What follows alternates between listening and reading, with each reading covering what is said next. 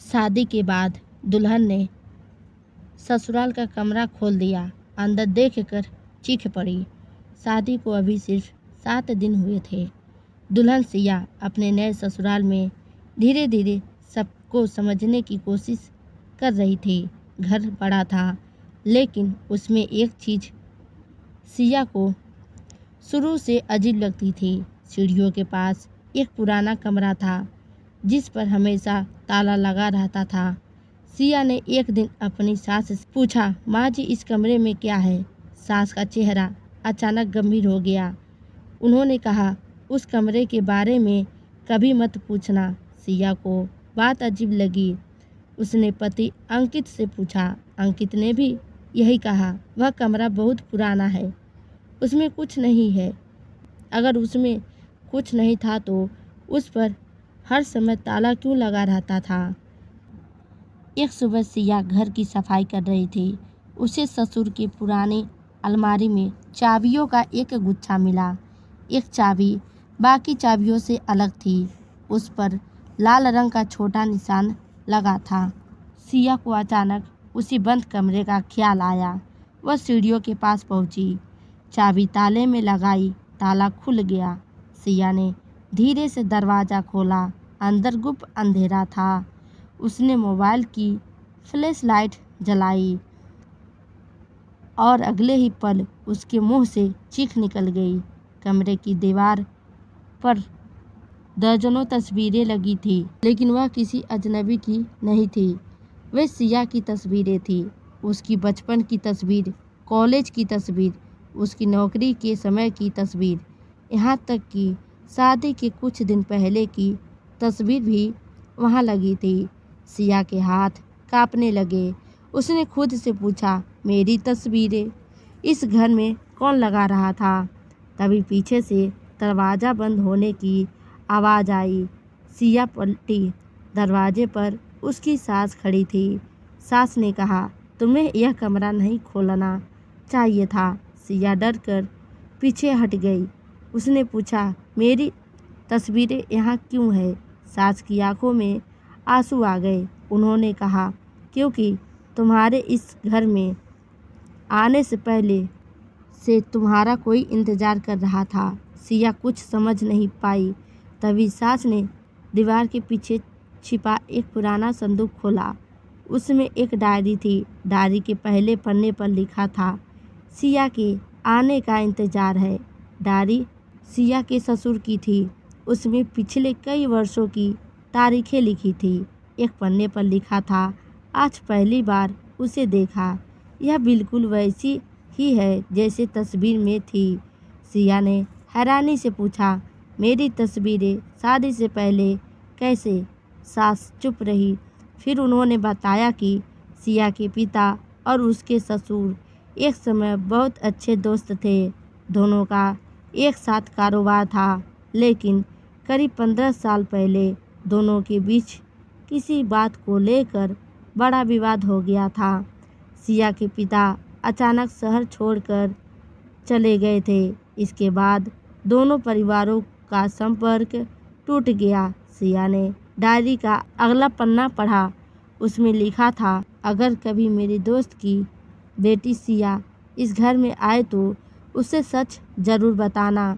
सिया चौंक गई, लेकिन इससे भी बड़ा राज अभी बाकी था। डायरी में उसके पिता के बारे में लिखा था कि उन्होंने एक बड़ी वित्तीय धोखाधड़ी का पर्दाफाश किया था।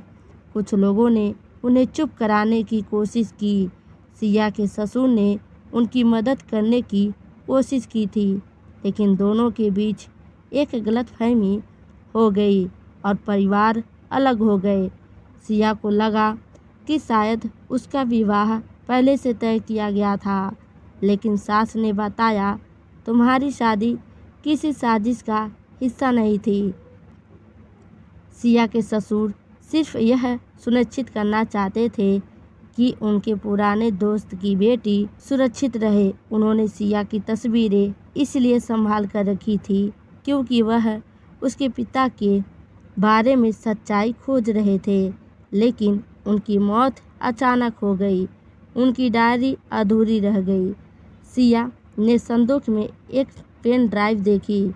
उसमें एक वीडियो था। वीडियो में उसके ससुर कह रहे थे सिया को यह तभी दिखाना जब उसे इस घर के पुराने कमरे के बारे में पता चल जाए।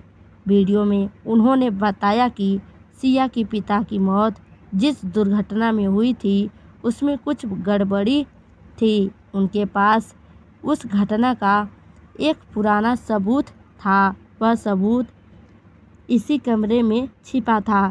सिया ने पूरा कमरा खंगालना शुरू किया।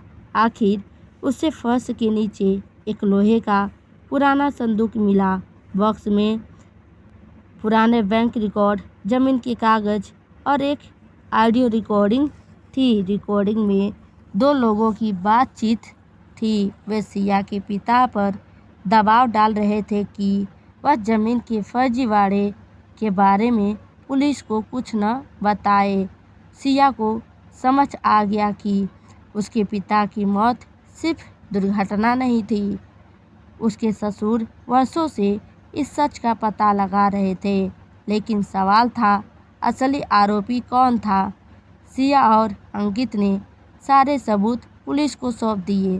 पुराने दस्तावेजों की जांच हुई और बैंक रिकॉर्ड से पता चला कि सिया के पिता की मौत से कुछ दिन पहले बड़ी रकम एक दूसरे खाते में भेजी गई थी। वह खाता जिस व्यक्ति का नाम था वह परिवार का कोई सदस्य नहीं था, बल्कि एक पुराना कारोबारी साझेदार था। पुलिस ने उसे हिरासत में लेकर पूछताछ की। कई साल पुराना मामला दोबारा खुल गया। सिया को तब समझ आया कि उसकी सास ने उस कमरे को इतने सालों तक बंद क्यों रखा था। वह कमरा डर का नहीं, सच का कमरा था। सिया ने सास से पूछा, आपने मुझे पहले क्यों नहीं बताया? सास ने कहा, क्योंकि तुम्हारे ससुर चाहते थे कि जब तक पक्का सबूत न मिले तुम्हें इस मामले से दूर रखा जाए। सिया की आंखों में आंसू आ गए। जिस कमरे को देखकर उसे लगता था कि उसके साथ कोई भयानक साजिश हुई है, वही कमरा आखिरकार उसके पिता के मौत का सच सामने लाने वाला सबसे बड़ा सबूत बन गया। अगले दिन उस कमरे का ताला हटा दिया गया और सिया ने अपने माँ पिता के तस्वीर के सामने खड़ा होकर कहा, इतने साल बाद आपका सच आखिर सामने आ गया।